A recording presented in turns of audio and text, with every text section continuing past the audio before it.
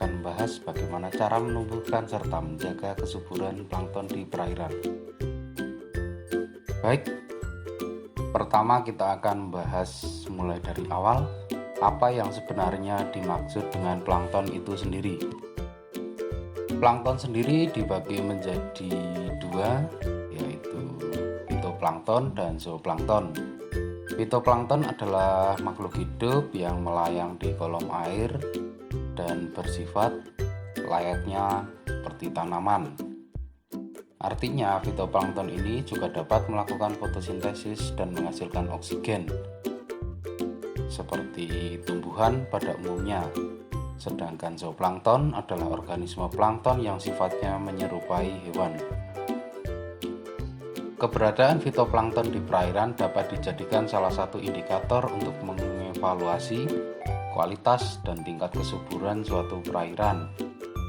Dalam rantai makanan, fitoplankton berfungsi sebagai produsen yang selanjutnya menjadi makanan dari zooplankton. Baik fitoplankton maupun zooplankton merupakan makanan bagi hewan saat larva, termasuk bagi udang.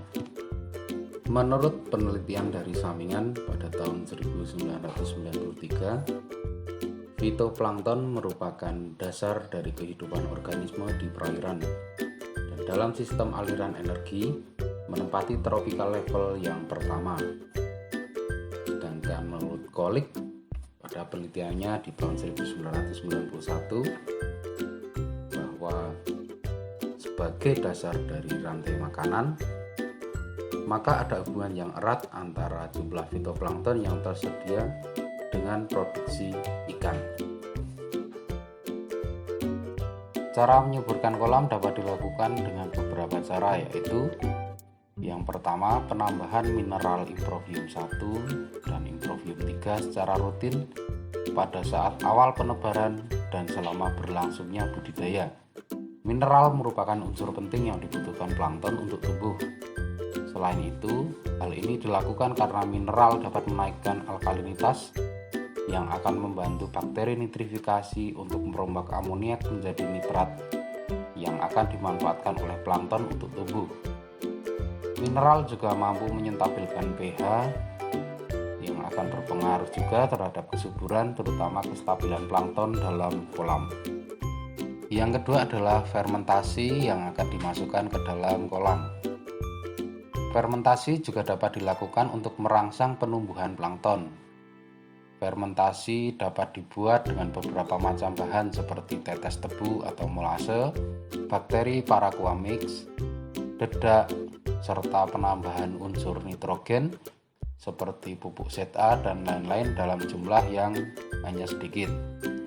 Hal ini dilakukan untuk meningkatkan CN rasio di dalam kolam. Usahakan CN rasio dalam kolam adalah lebih dari 12 karena apabila kurang dari itu maka plankton cenderung sulit untuk dibentuk. Yang ketiga adalah penambahan air di pagi hari. Hal ini dilakukan karena dengan penambahan air maka akan membuat masuknya mineral baru dalam kolam yang memicu tumbuhnya plankton. Pengisian air sebaiknya tidak perlu banyak-banyak, cukup 5-10 cm agar ekosistem kolam tidak terguncang sehingga tidak akan membuat udang menjadi stres. Selanjutnya, setelah plankton terbentuk, plankton tersebut berukuran sangat kecil sehingga tidak dapat dilihat secara langsung dengan mata telanjang.